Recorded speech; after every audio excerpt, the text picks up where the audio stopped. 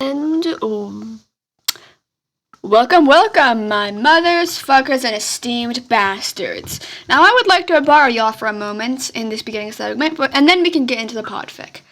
First of all, if you would like to read the fic along with me, or just read it in general, or if you would like the access to the fan art I used in the thumbnail, they will both be listed in the description below. The fanfic was by me, the fan art was not.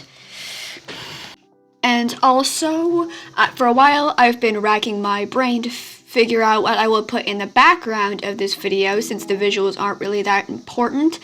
In my cover, I use the same theme cover of Your New Boyfriend. I use the same artist as thumbnail. And now, by side, I would rather do something else. Okay, from now on, I will be using gameplay in the background. So if you would prefer to just listen, you're not missing anything, but the visuals are not also completely useless. Please read the fanfic's tags before you continue, so nothing in the podfic will trigger it. Thank you, and let's get into the title. Please answer carefully.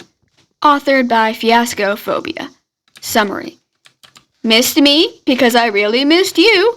After a month of barely evading his stalker ex-boyfriend, Alexis gets a notification on his phone for an online survey.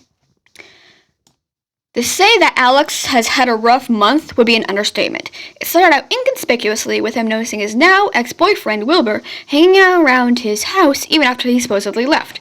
The odd behavior from Wilbur kept increasing until he casually admitted to attaching a tracker to the bottom of Alex's car after him mentioning that he found it.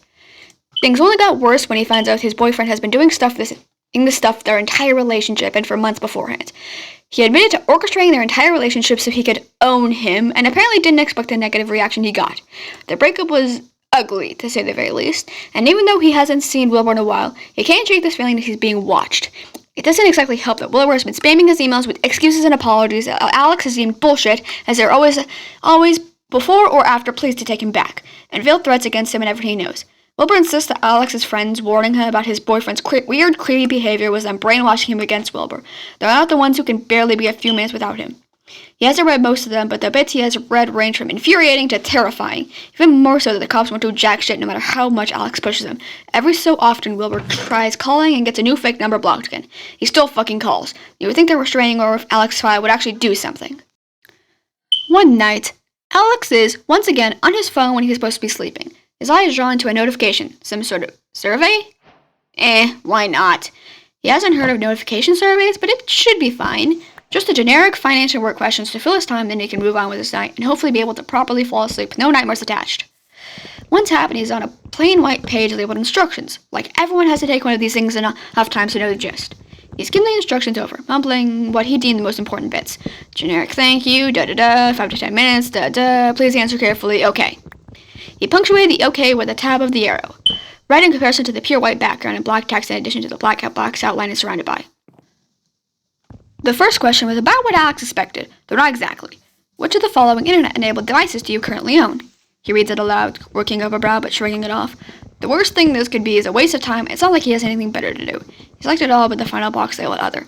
What are the other tech shit that could be, he thought, his fingers tapping the case of his phone starting to grip a bit. I guess the fact that I'm thinking that means I don't have any others. I hope. On a typical weekday, how many hours do you spend online? Okay, seems to be a sort of generic internet survey. Nothing to worry about. Nothing to worry about! Just because you're getting stalked doesn't mean everything and everyone is out to get you. Calm down.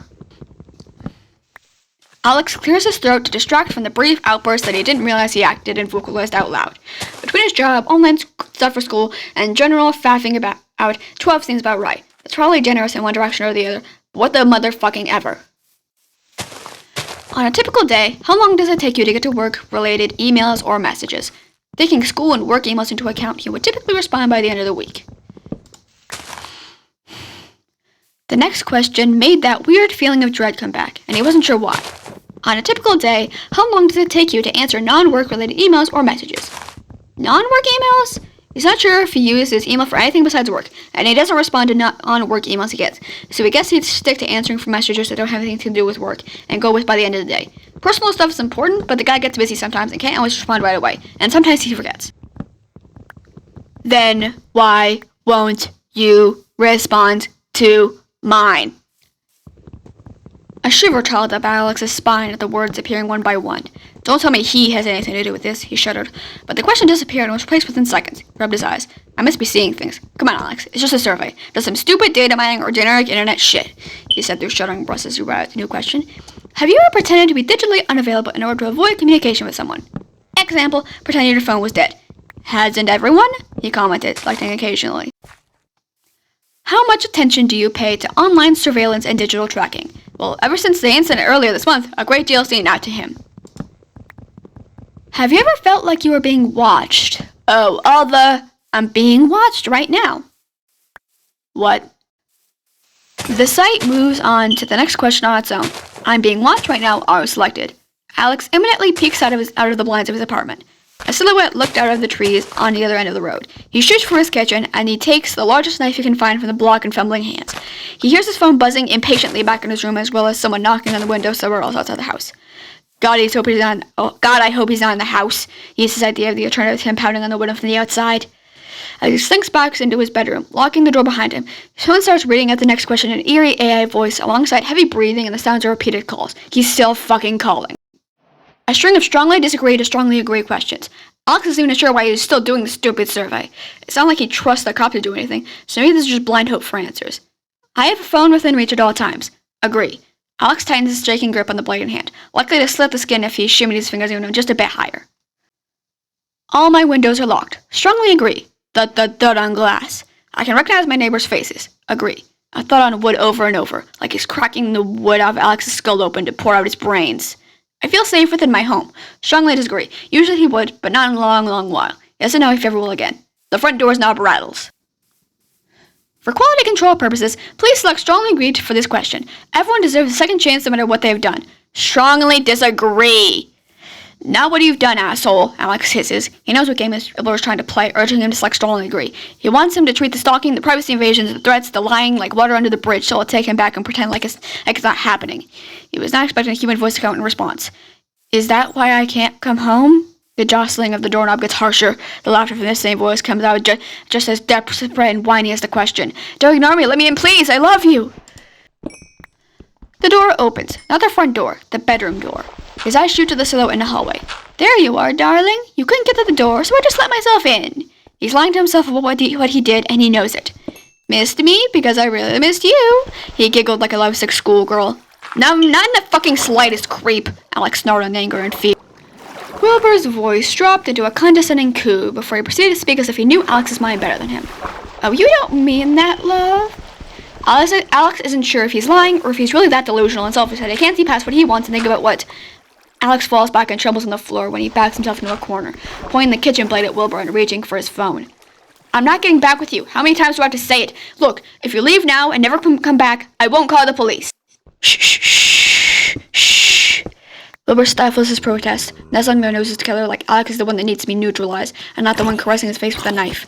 You're safe now. I'm going to steal you back from the people who tore you from my arms where you belong. Wilbur laughs, a low and soft sound, before swatting his phone out of the way. Oh, no, can't have that. His fingers curl around the blade, digging into his palm. His facial expression doesn't move an inch. Come home easily, darling. I don't want to have to hurt you, he says coldly, his voice a mix of a croon and a snarl that sends a shiver cold air into the empty room. A room empty but filled with a madman with a man frozen in shock and terror. Now I'll ask you again, and this time you better tell me the truth. Missed me? Because I really missed you.